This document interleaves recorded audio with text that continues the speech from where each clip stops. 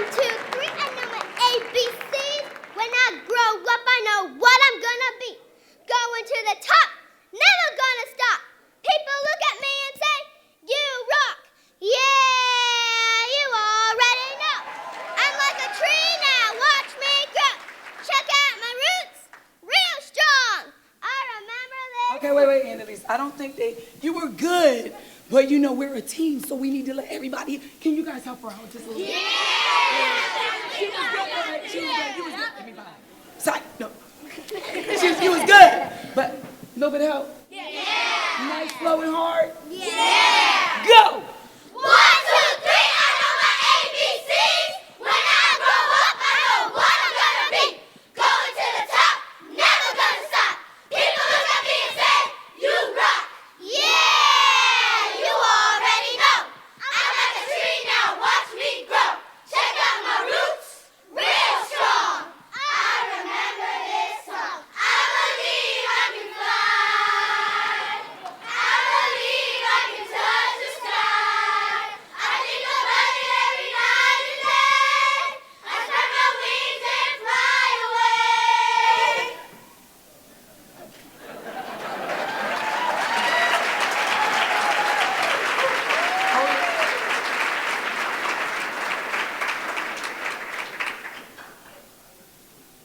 I am so proud. So proud!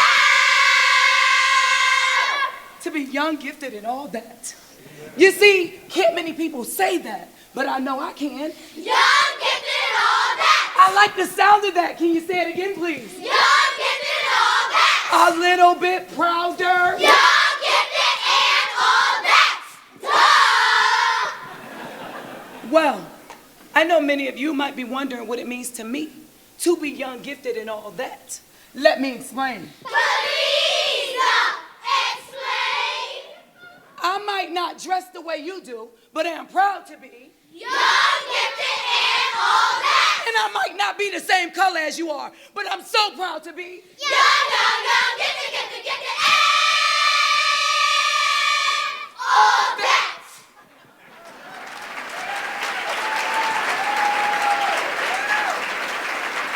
Look behind.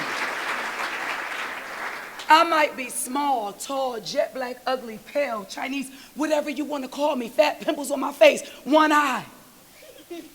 And I could go on and on for days. But I'll always be proud to be. So proud to be. Young, gifted.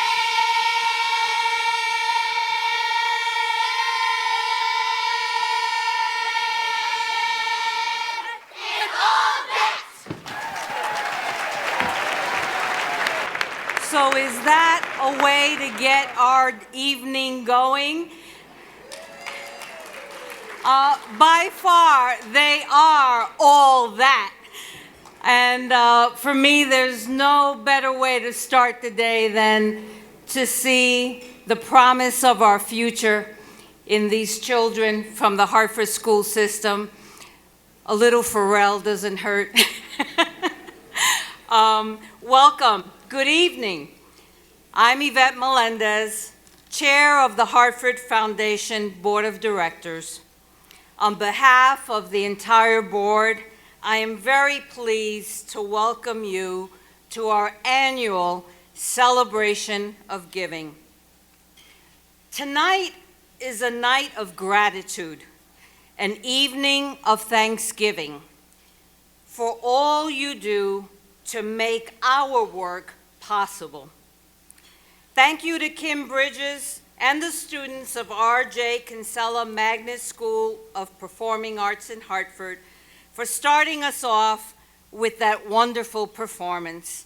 I want to welcome also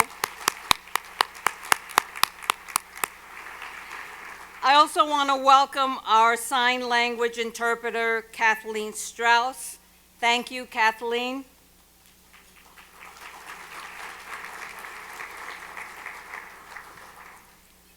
It is an honor to be here with so many people who care about this wonderful Greater Hartford community. The theme of this year's celebration is Together for Good. Tonight you will hear and see how some of the good that is a result of our work together. You'll hear about how the foundation is working to close the education achievement gap through our work with some of the neediest districts in our region, designated as Alliance districts. You'll also learn about how members of the Sigma Pi Psi fraternity are helping to support students in college through 2 of their newer scholarship funds, and we'll hear more from the students of Kinsella. Tonight, I have the privilege of acknowledging the extraordinary service of one of our directors, Beverly Greenberg, who next month will complete 10 years of service on the Board of Directors of the Hartford Foundation.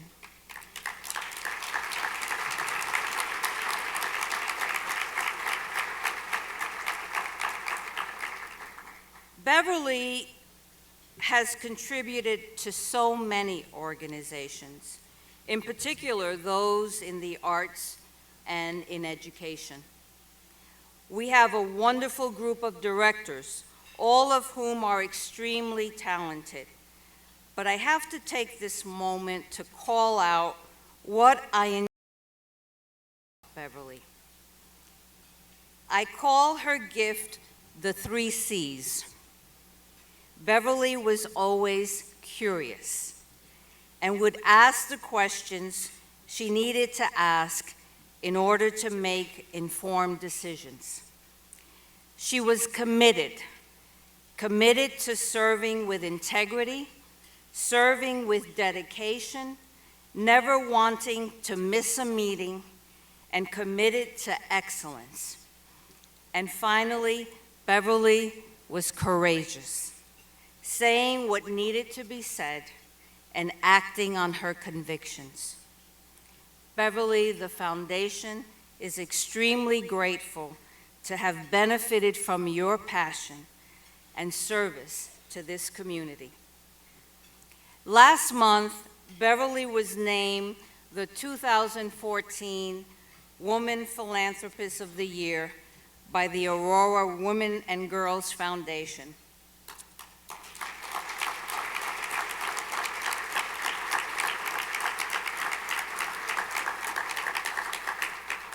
At that event, Beverly talked about the traditional definition of philanthropy, love of humankind. She acknowledged that through her work on the Hartford Foundation Board, she learned how much love there is for people and what the foundation does for people in our region every single day. It is indeed my honor to be part of this team of established and committed leaders like Beverly in this community who have chosen to be associated with this foundation. Beverly, would you please stand?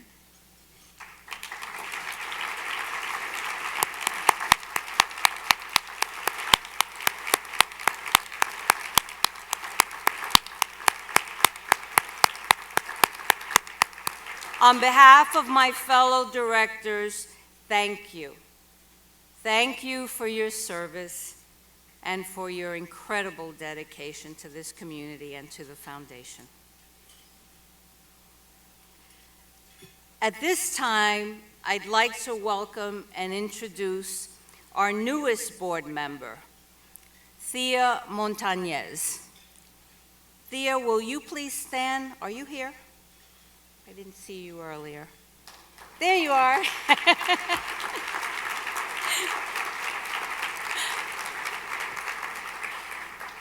Thea is founder and managing director of Montañez Consulting, LLC, and a former marketing and philanthropy professional. She will begin her term in January, and we are delighted to have her as part of the foundation. Many of you have worked with Yvette and the community, and you know what her passion is for this community, and we know we will benefit from her tremendous passion, and look forward to having her on board. Will all of the members of the board, current and incoming, please stand and be recognized at this time? Thank you. We have Joanne Price, Ted Sergi, David Borden, Bonnie Malley, Bob Goldfarb, Nancy Bernstein. Hopefully I didn't miss anyone, and I know we have several of our outgoing board members and former board chairs. Thank you again for all that you have contributed to the board, and thank you for being here. And now I'd like to turn the program over to the president of the Hartford Foundation, Linda Kelly.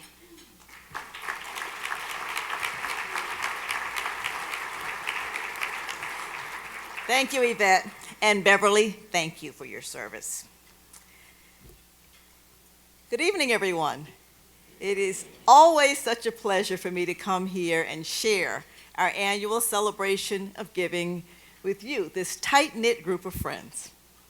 Thank you for being here. I'd like to tell you a little bit, very briefly, some of our major accomplishments from last year.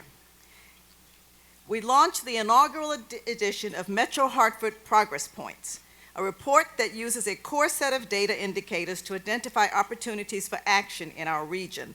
Hopefully, most of you have received it. We've got a few out in the lobby. If you haven't received one, please take one when you leave tonight. It was produced in partnership with 8 regional stakeholders representing local government, businesses, nonprofits, academia, and philanthropic institutions and organizations. It reveals interesting data. For example, 1 in 6 students in the region attend school in a town different from where they live. Over 80% of the jobs in the city of Hartford are filled by commuters. And about 2/3 of Hartford working residents are employed outside of the city of Hartford. These figures reflect the interconnectedness of this greater Hartford region. The data from Progress Points has spurred conversation at many levels since its release and should serve to catalyze action for the betterment of our communities. In addition to the large regional work such as Progress Points, we have also impacted small local neighborhoods. We supported Story Walks. This was a community project that promotes family reading and outdoor physical activity.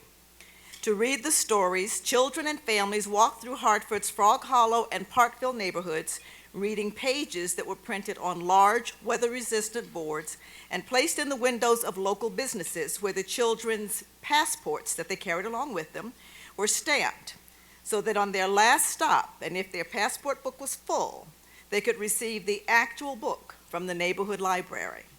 The children and their parents reading together, working with the merchants, again, to advance the educational outcomes of our children.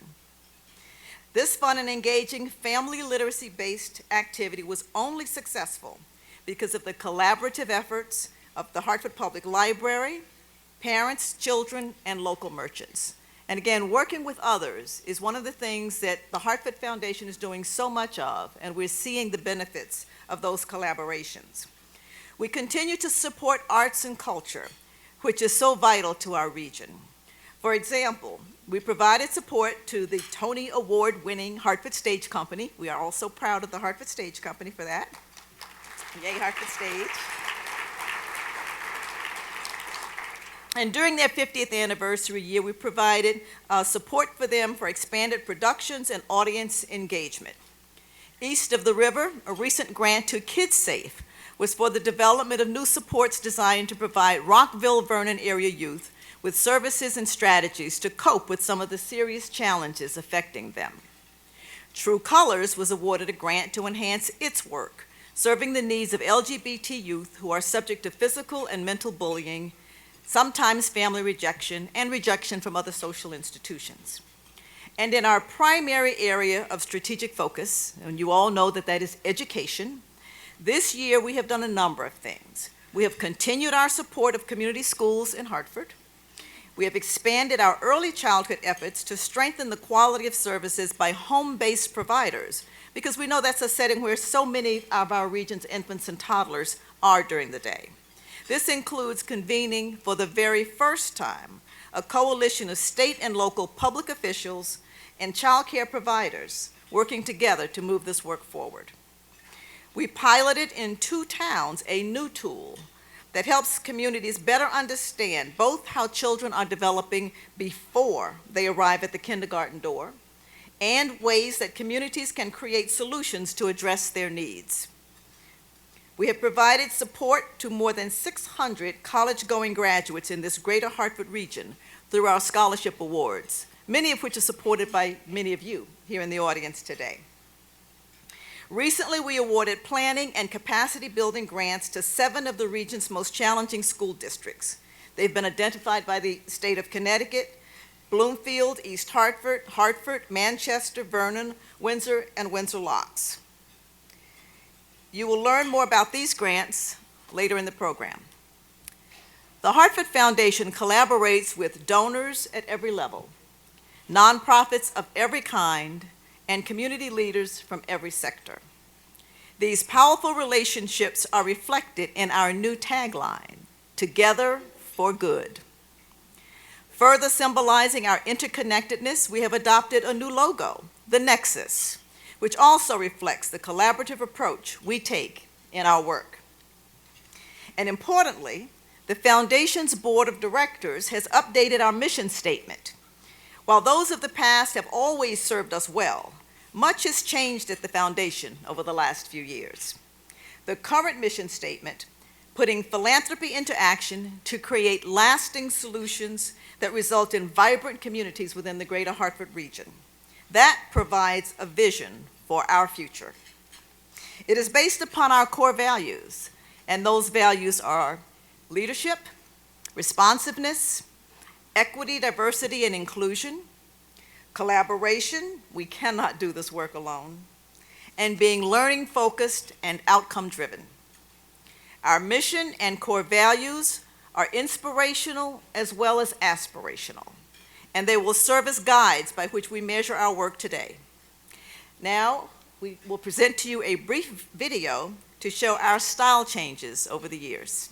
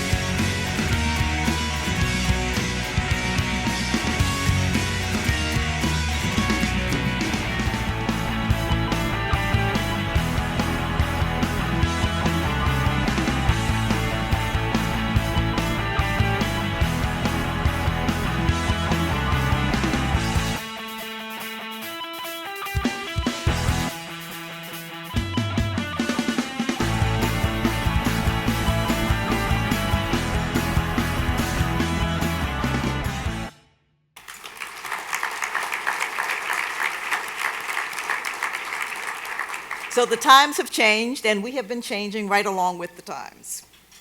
Throughout our history, the Hartford Foundation has served this community as a broad-based grant maker, funding organizations and programs that improve the quality of life for those living in the 29 towns we serve, in the areas of arts and culture, health, community and economic development, family and social services, and education.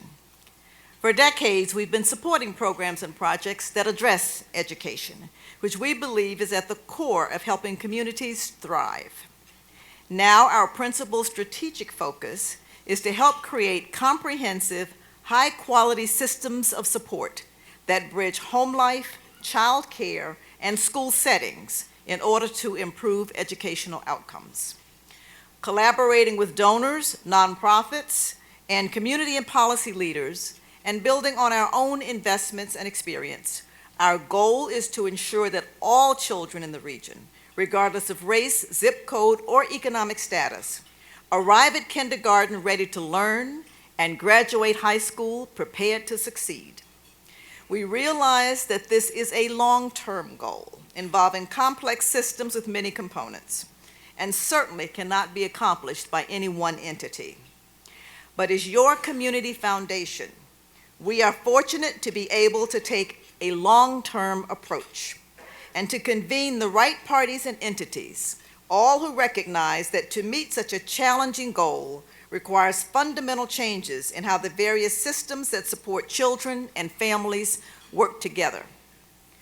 For more on our work in this area, I will ask Sara Sneed, the Foundation's Director of Education Investments, to introduce the next segment of our program.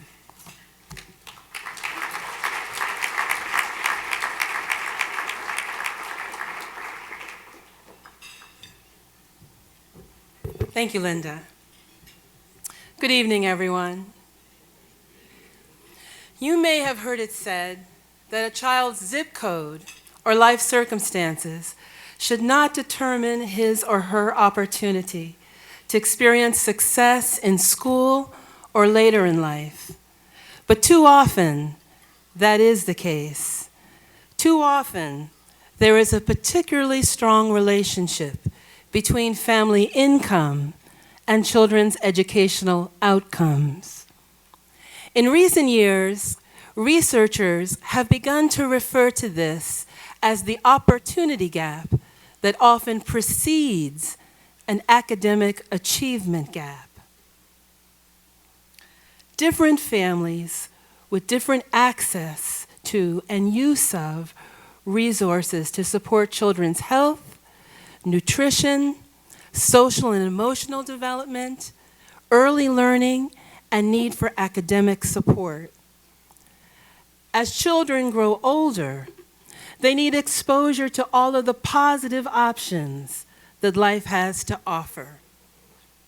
However, schools alone cannot meet all of children's needs, but when schools join with students' families and with the surrounding community in partnership, even tremendous obstacles to student and school success can be overcome. Through family, school, and community partnership, new opportunities can be created to allow teachers to focus on teaching and children to take full advantage of all that schools have to offer. Our first step is to wrestle with some hard truths, to become more aware of what our students are facing. Tonight, we'll share with you a brief video showing young people engaged in their own wrestling with just one aspect of the opportunity gap. This video was created by the National Conference for Community and Justice, showing an exercise exposing youth to the concept and consequences of privilege, opportunity, and differing life experiences. We're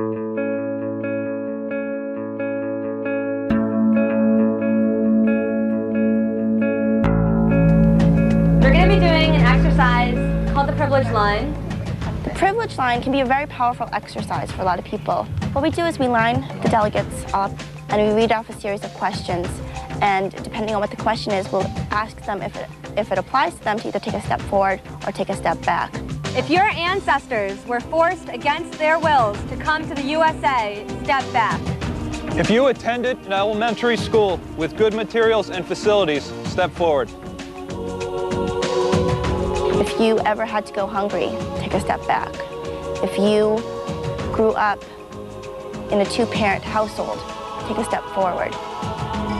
I would just like you guys to take a look where you're standing and to look around where you are in relation to others. It's hard for them to see that, there are barriers in society that hinder them from having the same opportunity. It kind of divide us up according to our color. That's just what I saw. I kind of felt a little weird. At first, I wanted to cry real bad.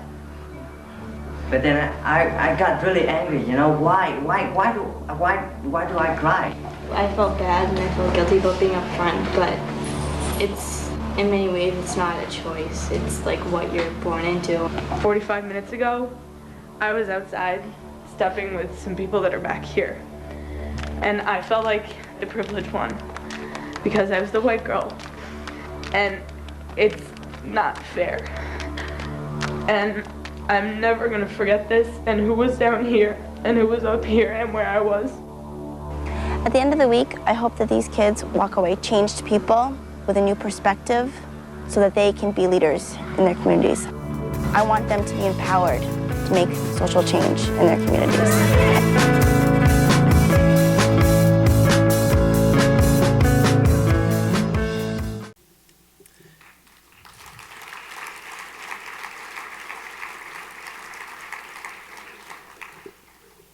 This region's educational opportunity gaps have many facets and dimensions, so our response must be equally multifaceted.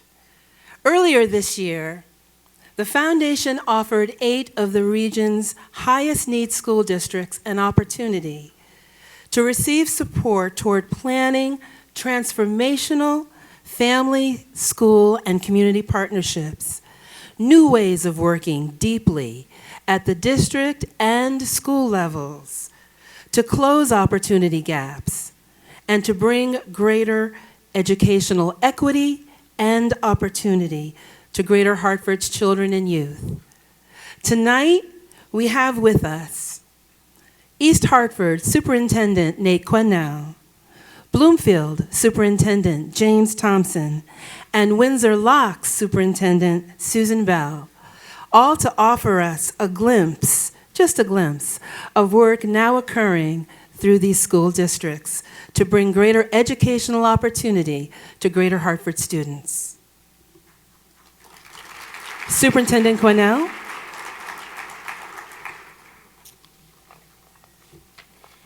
Good evening. My name is Nathan Quinnell. I'm the superintendent for East Hartford Public Schools, and I'm thrilled to be here tonight. In East Hartford, we believe that the keys to our children's future, those lie in the shared hands of great schools, committed teachers, and powerful parent alliances. We believe in the power of strong parents that are strongly and actively engaged in their children's education, and when parents are connected to their schools and their teachers, children win.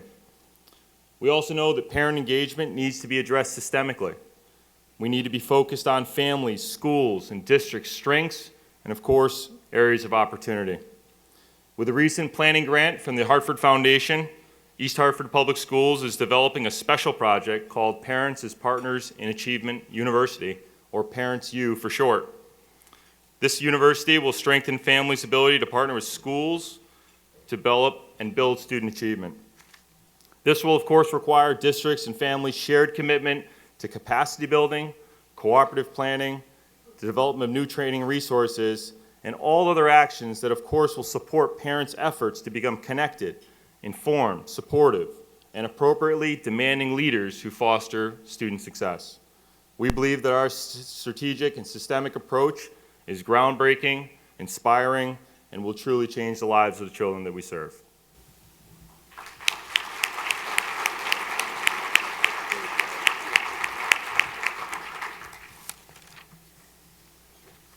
Good evening. I'm James Thompson, Superintendent, Bloomfield Public Schools. In Bloomfield, we are using our planning grant to develop a district-wide extended learning initiative. Over time, we will offer an extended day, week, and school year to every student in Bloomfield Public Schools. We have discovered from our current efforts to increase instructional time that expanded learning opportunities not only support student achievement, they help shape the lives of students who participate. In recent months, we have engaged parents and staff, along with community organizations, to identify common interests and needs for capacity building. Those efforts will ensure that any new resources are of the highest quality and responsive to shared priorities. We know that young people need a variety of opportunities to discover their potential and determine their future. Therefore, we need multiple new partners to help design and deliver programs that can be woven into the school day. We also need a robust public and private partnership committed to supporting students in a comprehensive and cost-effective way. In Bloomfield, we believe that raising the bar is taking us far. Together, in partnership with students, families, and the surrounding community, we will achieve excellence, innovation, and accountability as we offer our students extended learning opportunities. Thank you.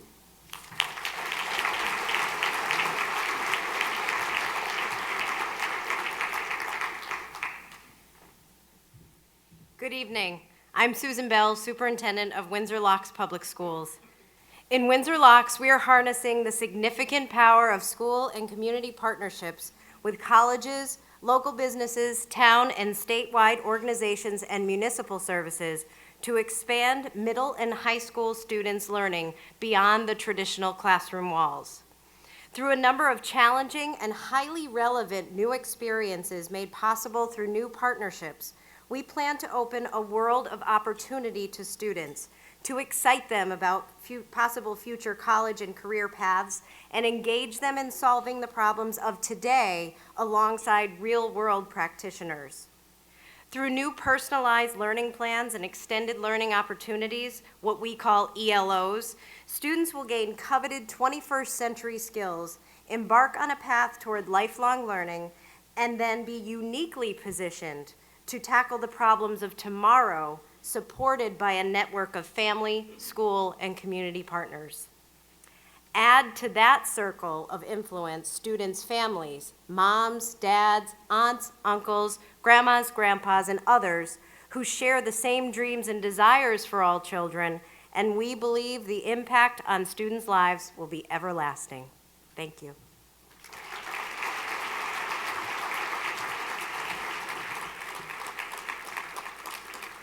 Let us give all of our region's educational leaders a hand.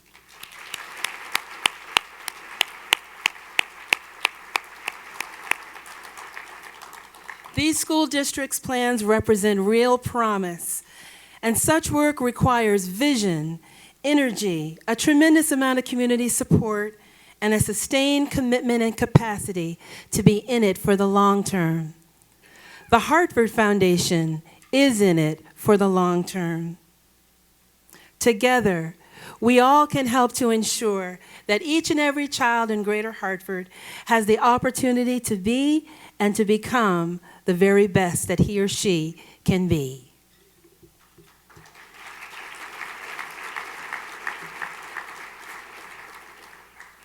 Now, the Foundation's strategic priorities support education from birth through grade 12. But we also are charged with ensuring that students in our region are prepared to succeed beyond the 12th grade. And what better way to show that continued support than by offering scholarships to help our students to afford a college education. For decades, the Hartford Foundation has invested in a robust scholarship program. Last year alone, we provided nearly $1.3 million in support of scholarships to 2- and 4-year colleges for more than 600 students from Greater Hartford.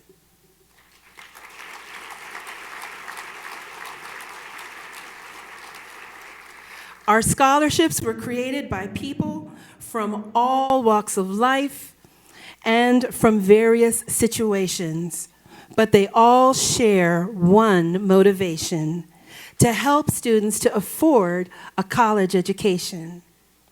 There are more than 100 scholarship funds at the Hartford Foundation, and I'm pleased to introduce to you tonight a representative from one of the funds this evening. Glenn Cassis is a member of the Sigma Pi Phi Fraternity Incorporated Alpha Psi Boule, which has established 2 scholarship funds at the Hartford Foundation.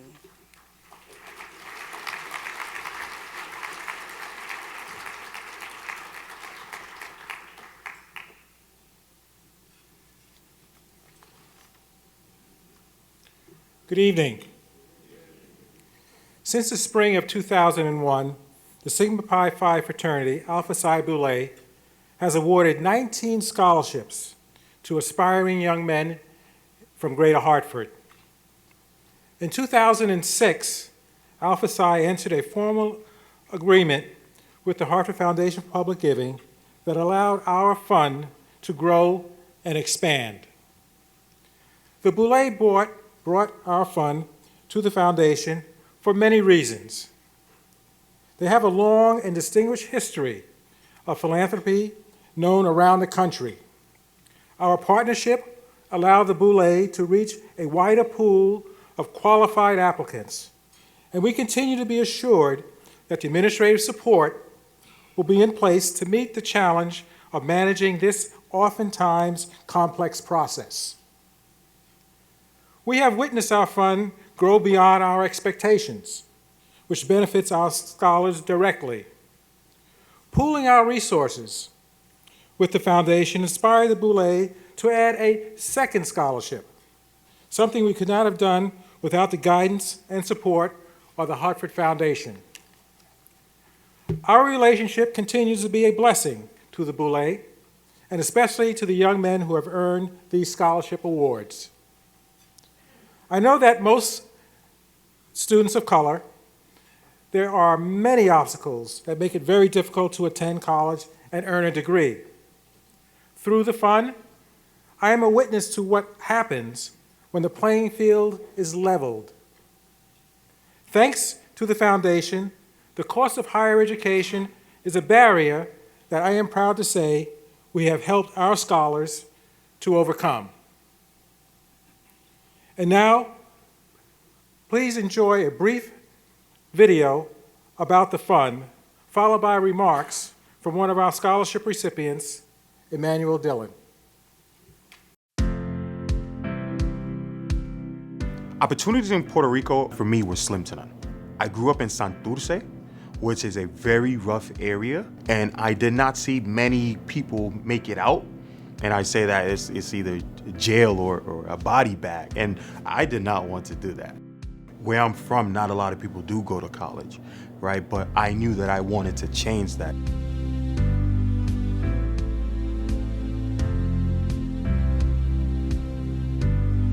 We look for young men who have demonstrated a desire to learn.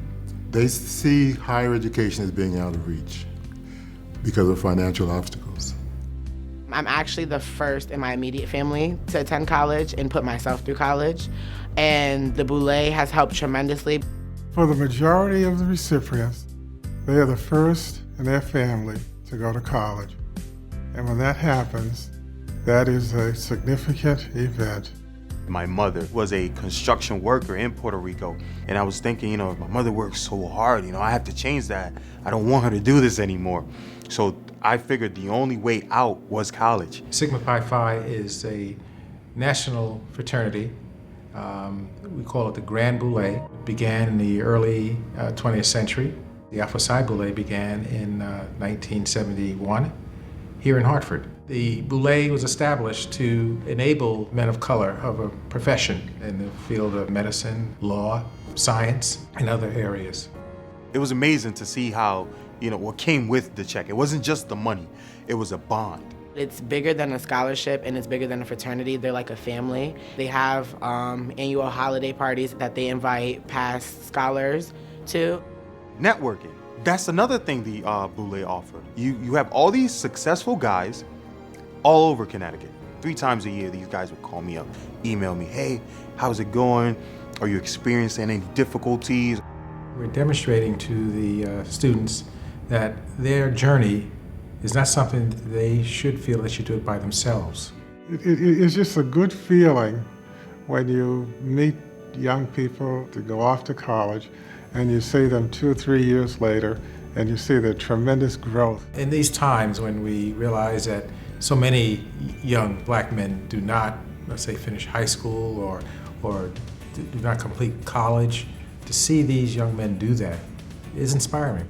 It's very empowering to see these strong African American men who have made it out of different circumstances, and it's very inspiring to see because it shows that I can do it too.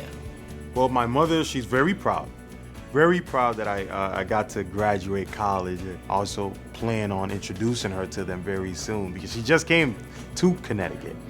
She did not have the financial means to send me to college, and till this day she regrets that. But I keep telling her, Ma, it's okay. The Boule helped us. They really did.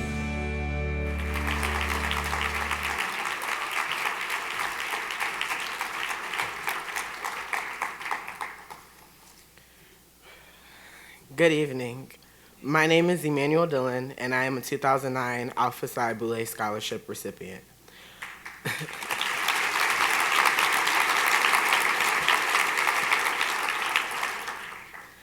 Looking back through my scholastic journey from high school to undergrad to starting graduate school, I have evolved as an individual, and the members of the Boule have supported my scholastic endeavors every step of the way. This is more than a scholarship. The Alpha Psi Boule members extend themselves to each scholar, past and present, and are there to help guide each recipient through their scholastic journey. If I had to sum up the Boule in 6 words, I would say family, scholarship, unity, pride, commitment, and knowledge. During my freshman year, Mr. Devon came to the University of Hartford and took me to lunch, and we discussed my first year of college and the transition into college. He also provided me with advice on the transition from adolescent to adulthood. This is just one example of why I am thankful to have been a Boule Scholarship recipient. A quote from an American poet, James Russell Lowell, said, "True scholarship consists in knowing not what things exist, but what they mean. It is not in memory, but judgment." This is more than a scholarship. Boule members and former scholarship recipients share knowledge gained from their own undergraduate experiences with young men who make their own judgment in furthering their education and determining how they will also excel in their undergraduate endeavors. I look forward to the yearly dinners when I can catch up with other scholars as well as the members of the Boule and inform them of my future plans. I am sure I speak for all the Hartford Foundation's Boule Scholarship recipients when I say thank you.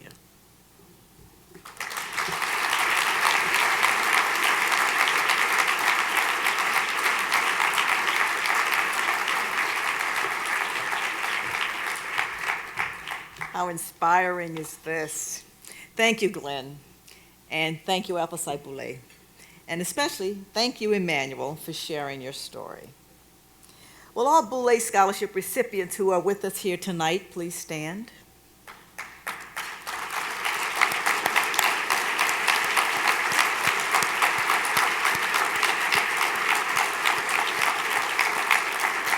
And while you're standing, would your mentors, would the Alpha Psi Boule members please stand?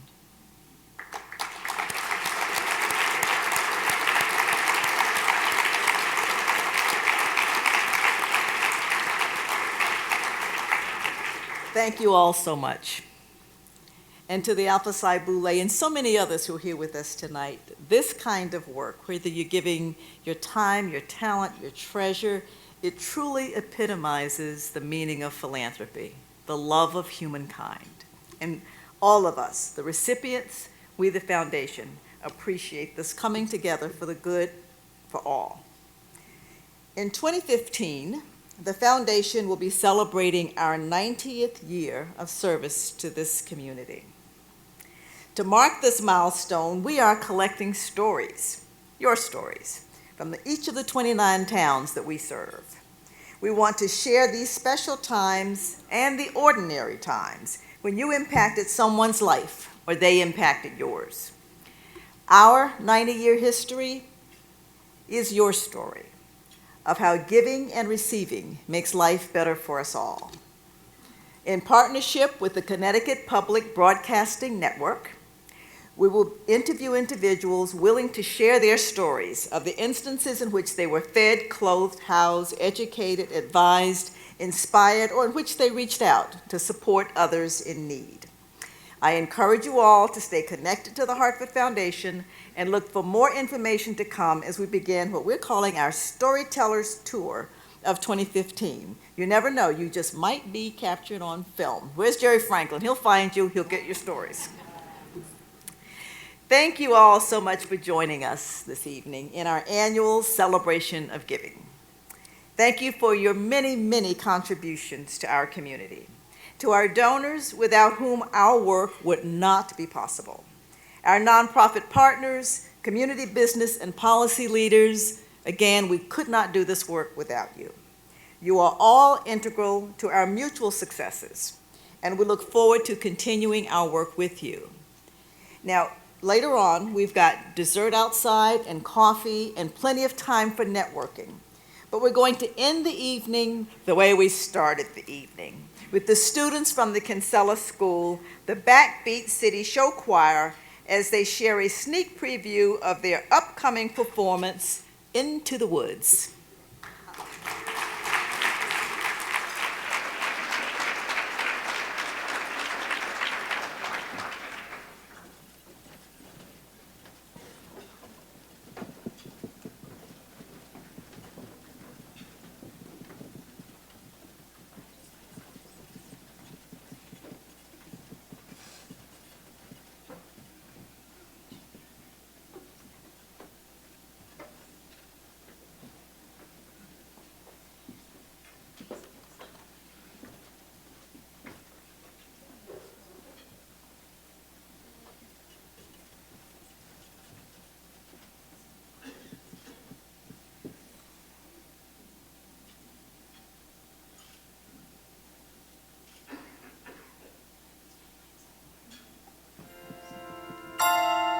Giants in the sky.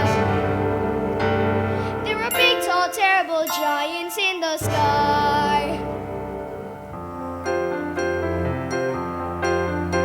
When you're way up high, you look below at the world you left and the things you know, and the more than the glance is enough to show you just how small you are.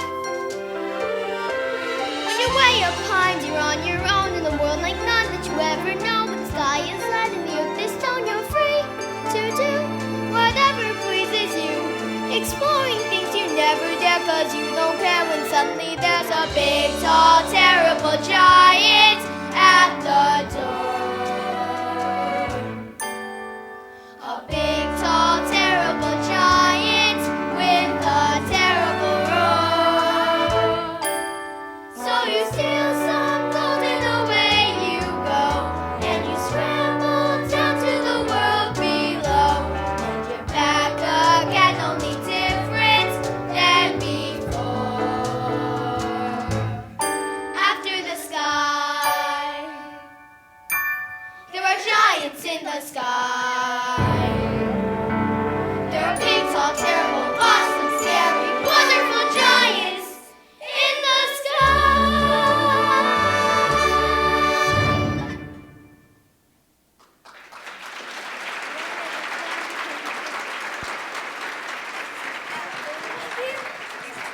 No, do I say, like...